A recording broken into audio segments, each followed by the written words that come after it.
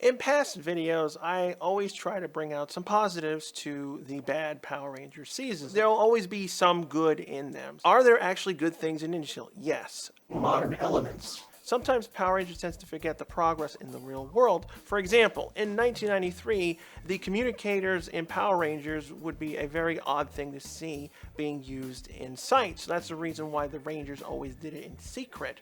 But in today's world, the communicators would be a very common thing to see because we have smartwatches and phones and all that stuff that we connect to. In Ninja Steel's case, I appreciate they actually took that into account, where their voice comms in Ninja Steel would be used in open. No one would really care that you would talk on it. Yeah, it's a bit bulky and it's a bit weird, but still. Haley's dog. Now, another common thing that Power Rangers usually doesn't do or deal with because it's complicated is have animals on the series. Now, of course, they do it every now and again, like in Punchy Pig's case, when they brought him back for the second time. It was kind of surprising to see Haley have a dog and see it fairly often. Now, unfortunately, later as the seasons went along, they didn't really use the dog because it got more complicated, but it was a cool change of pace to have an animal on the set. Ninja Steel actually made itself feel more original that way. The Nexus Prism. Now, the Nexus Prism is good and bad at the same time. I do like it when they do try to justify it, like where do the powers come from versus like in a lot of cases in MMPR days when they had to bring the Thunder Zords, the Alien Rangers, Shogun Zords, things like that, they had to invent a world that had, Zords be created on it. And I'm like, well, that's a lot of stuff to figure out and how that works. Like, is the world like a conveyor belt of giant machines being made for various planets? Is it only Zords or is it other type of materials? It's a lot of questions. So I do like it when there is more of a magical element to it to explain certain things, because there's a lot of times Operation Overdrive, the various Zords just came out of nowhere. And I'm like, I know Andrew Harford's a millionaire/billionaire and he can afford it, but it's just the way of it just like coming out at the last second. You're like, wait, what? How did they make it? So the Nexus Prism helps in that regard.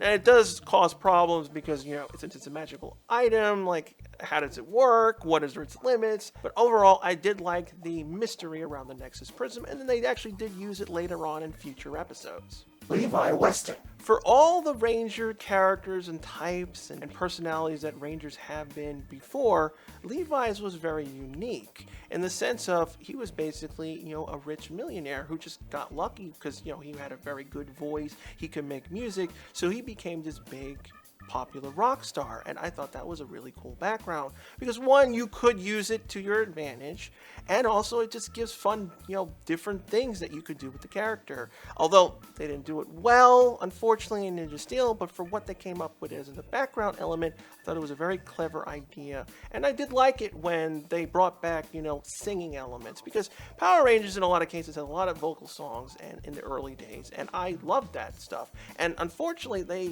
went away from a lot of those elements that made PR cool.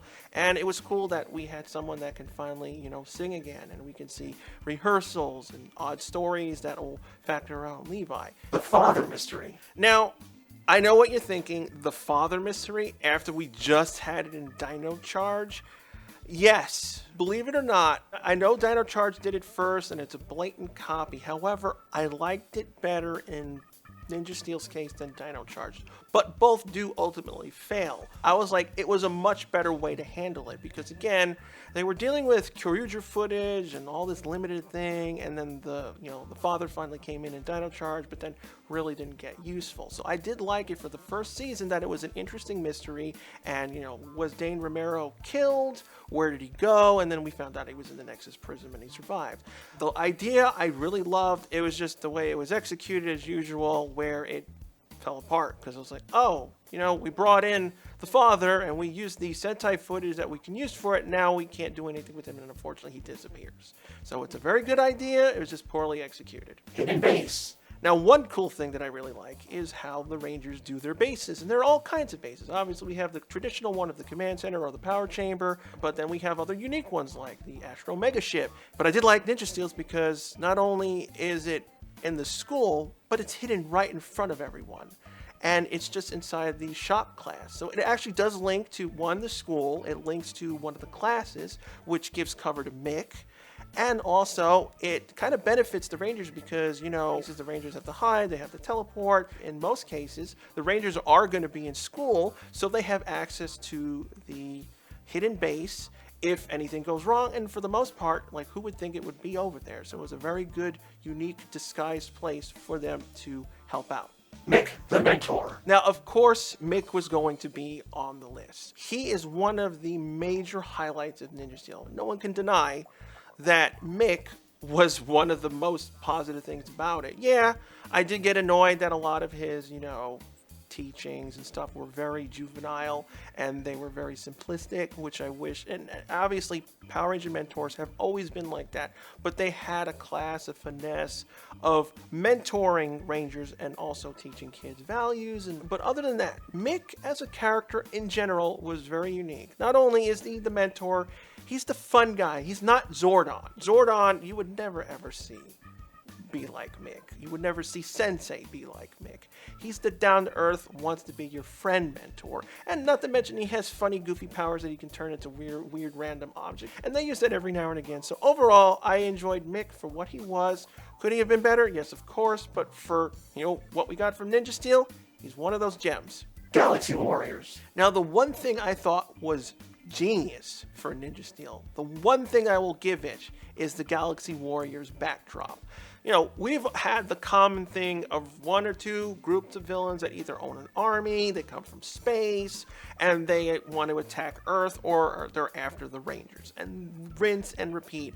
Very rarely do we ever get some sort of, like, unique element of that. There's always a variation of that, but a group of bad guys who use a stadium and are trying to win the powers of these specific Rangers that were around the galaxy and fight for the... It's basically a, you know, Roman Coliseum element type of thing. That was really cool, and that hasn't been done in Power Rangers. It's just unfortunate that they haven't used it in any real good way. Now, Ninja Steel is not perfect. Even from my list, all the stuff that's good, unfortunately, is not great, because even though these are really good elements in the show, they didn't turn out very well. But I still have to acknowledge what Ninja Steel did bring to Power Rangers. There's also things that, like, you like more from Ninja Steel compared to Ninja, because there were a lot of issues with characters and direction they went with Ninja that a lot of people didn't like. So you could appreciate Ninja Steel in that regard as well. I really would have liked to have seen many more positive things to come out of Ninja Steel. You know, even from Redbot. There was a lot of things that you could have done with Redbot. He could have been the alpha of the team, or even progressed to become the alpha of the team. It didn't have to be where Redbot was solely just this thing to explain, like, where he got the design of the Zord in his head, and that's it, and rarely ever come with stories that make sense for him to do. You know, things like that. We had interesting characters, interesting changes from the Ninja that explain things and go in different directions, a different morpher. There was a lot of things they had as potentially good, and unfortunately Ninja Steel was just one of those seasons that just didn't win out. If you have a suggestion on a topic or subject you'd like me to cover, leave a comment down below and I may use it in a future video.